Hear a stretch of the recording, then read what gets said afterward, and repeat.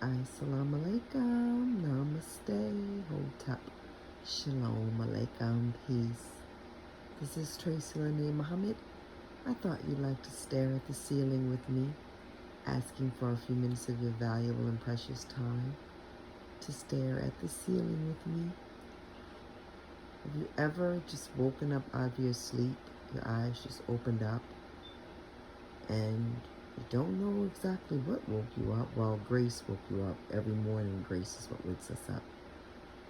Not the alarm clock, not the screaming children, not the dog coming, hitting on the bed to take you out, to have you take him out or her out, but grace. That beautiful, magnificent thing called grace and mercy, so you can see another day, do better than the day before, or continue doing so great, or continue on a reckless path until one day you either don't wake up anymore, or you wake up and realize you need to make some changes. I don't see death as a punishment because it's a natural part of life. So it cannot be punishing you to do what we naturally must all do. But I see death as a transition in a way to go back to source, get some feedback on what you did or did not do while you had a body, and then get a new assignment. And that's my take on it. I don't expect everybody to agree, nor do I need it. I believe that sometimes when you just wake up, when the night keeps you from sleeping, it's because there's some things that you need to get done. What I normally do is go ahead and start saying prayers or meditation, drink some water. Sometimes I go right back to sleep because my body just wanted some water. Sometimes I'm up because I need to finish some assignments and my soul's like, come on, let's get this done, chop chop. Sometimes it used to be, it's not anymore, it used to be worry or fear. But since I have conquered that worry and fear demon to the place where I recognize that anything that is making me fearful or worry means I really have to look more into what my soul is trying to get across to my personality. Because there's never a reason to worry or to fear. And there's a difference in being concerned about the outcome of something, so you work meticulously hard at it to get it to be in a way that you think it should be, and accepting whatever the outcome is, or being fearful or worried that the ceiling is going to fall on you. Speaking of which, I don't know if you can see those nails right there. That's the ceiling. The attic is above it. And I went into the attic about a week ago and stepped on obviously a soft spot. My husband was laying in the bed. I stepped on a soft spot, and the next thing you know, the ceiling was coming down. Didn't come all the way down, and I didn't fall out, but it just came down enough that we had to get a good friend of ours to come and put it back up. I chuckled. My husband doesn't have the same sense of humor I have, and so he didn't chuckle as much, even though he has hit soft spots on that attic a few times and come all the way through. But anywho, I my eyes just opened up, and I knew it was because there was some meditations that I do every day that I didn't do yesterday, and so my body felt off.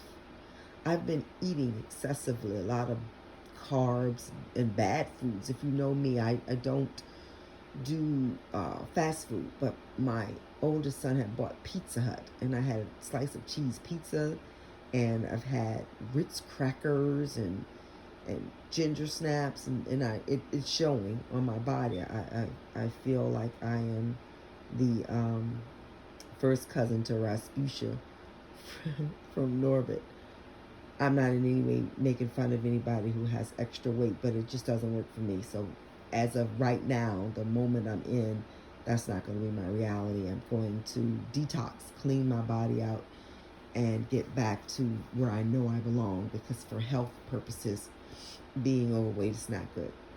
But I was really wanted to come and share with you my real hope for humanity, and that's that each of us learn to be confident in who we are, and that each of us release worry and fear and guilt and shame and trauma.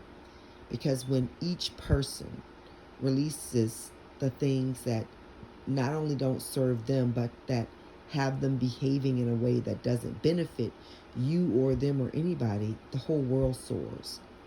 So I was hoping that I could ask you today to sit down for a few minutes and send out loving energy to the world, because we could certainly use it. I could certainly use some of your love and energy. You're so powerful.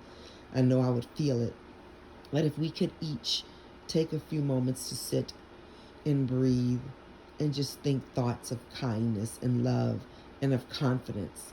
Because when everybody is confident, then we can live in that world that we see in our minds, that world of peace. Of course, it will still have some bumps and some hiccups, because that's not what life is about. Just coming here and just having this like nirvana party. It's about learning and growing, and in order for that to happen, you have to be uncomfortable sometimes. But if we could sit and just put our hands on our heart and imagine and sense and feel that our heart space is opening up and sending out love and joy and peace and kindness to every being everywhere, regardless of what you think about them. Let's get past the ego and go right into the heart, understanding that every person is just acting out of pain inflicted upon them at some point, maybe not this lifetime, but some lifetime. That is not an excuse to behave poorly, but that is the reason. Behaving poorly is a choice. Showing up in life in a way that does not benefit you, first of all, is a choice. Sending that out to others is a choice, and it will come back to you. Nobody gets away with anything. Even if you have to come back 5 lifetimes to get it, you gonna get your shit. Make no mistake about it. This is so purposely designed. If you just think about the fact that we're here, that we come from a womb, we don't know what's going on down in there, but from the time that sperm meets the egg, shit is happening. And one day you emerge, you come forth. That is some like amazing, amazing, amazing stuff.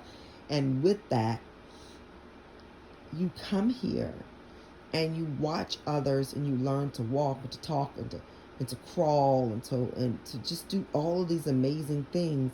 Had to come from somewhere. So I'm rambling now. But so the bottom line is, I wanted us to, perhaps you could join me in sending out some love to the world. And anytime you feel like it, because it'd be nice if different people at different times just put their hands on their heart and sent out confidence and love and bliss to the world. I'm not going to go back to sleep. I am going to go ahead and get up and start fulfilling some of the mask orders. And I want to thank everybody who's trusted me with their hard-earned money to help get them a little safer. We know that the best way to be safe from this plague is to self-distance or isolate, stay in your home as much as possible. And definitely know I need to stop eating garbage food, because you want to keep your immune system up really super duper high. And just be kind and loving and loyal, and just be patient. Take this time to get to know yourself a little bit better. Don't let anybody tell you have to be busy every moment of the day. If you want to take naps, take yourself some naps. Do what your soul is telling you to do, because that's why your soul belongs to you, because it has its own blueprint. Have an amazing day. Assalamu alaikum. Namaste. Hotep. Shalom alaikum. Oh, let me say this. I was taught this, and I do believe it works, and I want to share it with you. I was taught between the hours of 3 and 4 a.m. that any prayer that you pray in the name of the most honorable Elijah Muhammad, you will get the results. Now, you may not subscribe to the name Elijah, and that's okay. Utilize the name that you subscribe to. The energy is the hour. Between 3 and 4, the universe is wide open, waiting for requests. But here is the key. Once you make the request, you have to believe that you have put it out there in the universe and it's going to come back. It's like if you're sitting at a table and the waiter comes over and takes your order. You give him the order, but you got to let the waiter go back so that the cook can make your food. So once you make the request, allow your universal person to go and get to work cooking on your idea. Okay, I wanted to share that with you. Between 3 and 4, powerful time. Make your request in a commandingly kind way, not in a begging way. The universe don't like beggars, so don't be begging. Just ask, request, and watch it unfold. All right, now I'm going to say it. Peace out to Brooklyn and everywhere else.